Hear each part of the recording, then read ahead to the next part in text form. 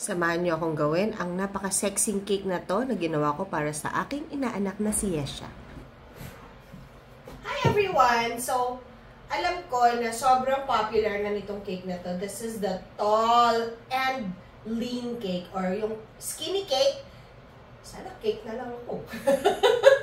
And so, I'm gonna show you a very easy tutorial on how you can make a very stable and very sexy, a very sweat. Basta yun.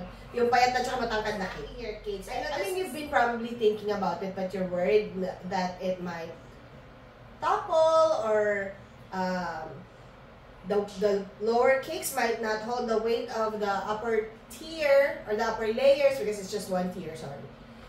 So I'm going to show you a really nice way of making a skinny cake. For this project, you're going to need, of course, your cake. I'm using a 5" by 2 cake.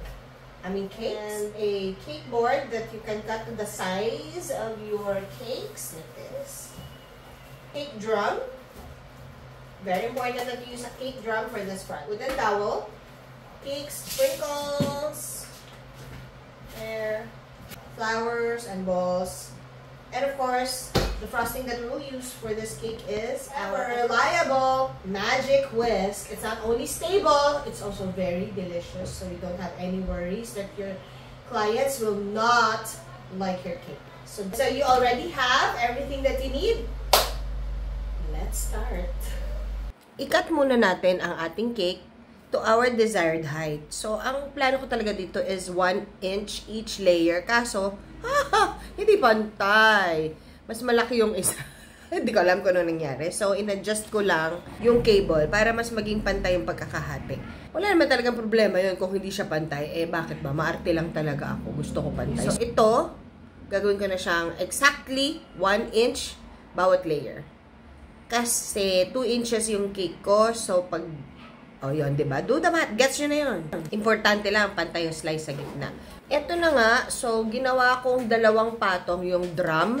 Tapos, I made a hole, put glue stick in there, at saka ko nilagay yung center dowel. Tapos, naglagay din ako ng 4 na bubble tea straws para mag-hold nung weight nung layers on top. Tapos, naglagay din ako ng cake board. Kasi pag masyadong diretsong isang haba lang, walang cake board in between, mapipisa yung mga cake doon sa ilalim. Hindi maganda yung tower cake ninyo or yung inyong skinny cake. Dapat yung center dowel ninyo nakausli ng bahagya gaya nito para during travel, hahawakan nyo siya dyan for balance. Tapos, i-chill nyo muna sandali yung cake before you put on your final coat. Huwag nyo masyadong kakapalan kasi that's more weight na pwedeng malaglag kapag ka nagta-travel kayo. So, yung sakto lang.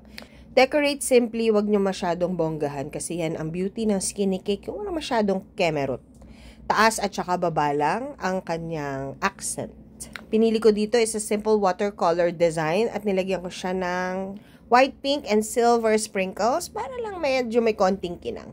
Then, I added non-edible flowers which I wrapped the stem with foil para yung mga parts na didikit sa cake ay safe. There. So, I also added yung decorative balls which I washed before I added. And here is the final look of the cake. Pasensya na sa maduming mesa. Importante lang ay makita ninyo. At eto na siya. We added the ribbons doon na sa event. And as you can see, nakarating siya ng matiwasay. Walang crack, walang nadurog, walang nalaglag. So, I hope you enjoyed today's video and mabuhay!